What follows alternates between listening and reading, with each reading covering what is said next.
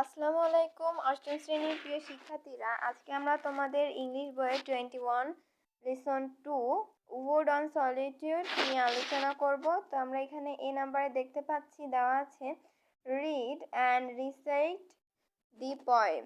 এখানে যে কবিতাটি দেওয়া হয়েছে সেটা আমাদের কি পড়তে বলা হয়েছে। তো চলো আমরা এটার বাংলা অর্থ সহ পড়ে দেখি। তো এখানে আমরা দেখতে পাচ্ছি কবিতার নাম word on solitude.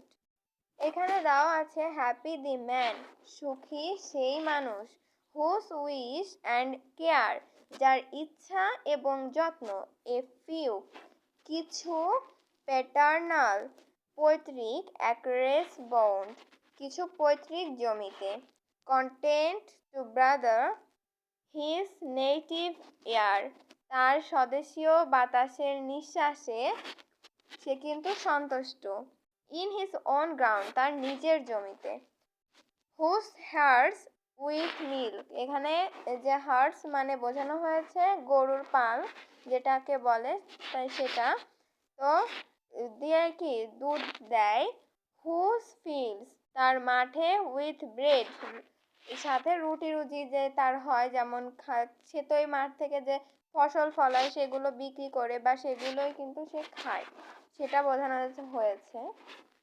Whose flocks supply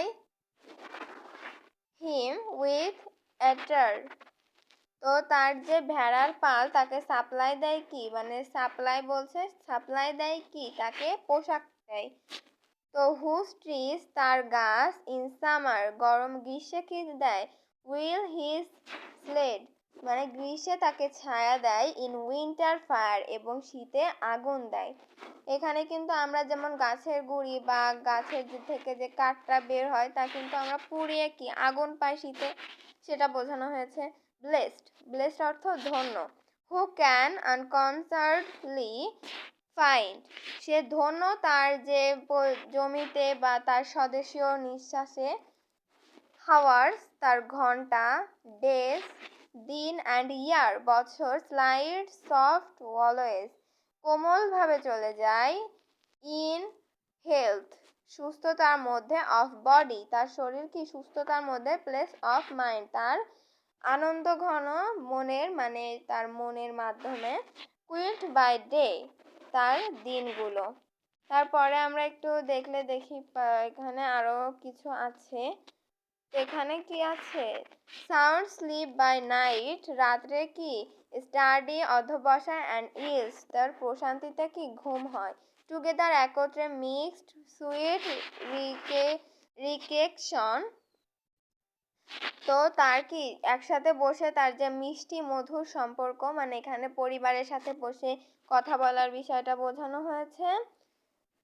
and incense which must dust palace, তার যে কি তার যে জায়গায় কি সে কিন্তু একদম ইনকনসেন্স মানে তার যে মন মানসিকতা কিন্তু আমরা এই কবিতার মধ্যে জানতে পারতেছি যে তার মন মানসিকতা অনেক ভালো, উইথ মেডিটেশন এবং তার ধ্যানের জন্য, thus let me live unseen unknown, তো আনসিন আননন অজানা অচেনা ভাবে সে কি বাঁচতে চায়, thus unlimited let me died এভাবেই তাকে মরতে দেওয়া হোক, steal from the world and not a stone tell where I lie, তাকে সে যখন মারা যাবে তার যেখানে কবরস্থান হবে একটা পাথরও যাতে তার কবরস্থানটা না বলতে পারে, মানে সে এতই অজানাভাবে মারা যেতে চায়।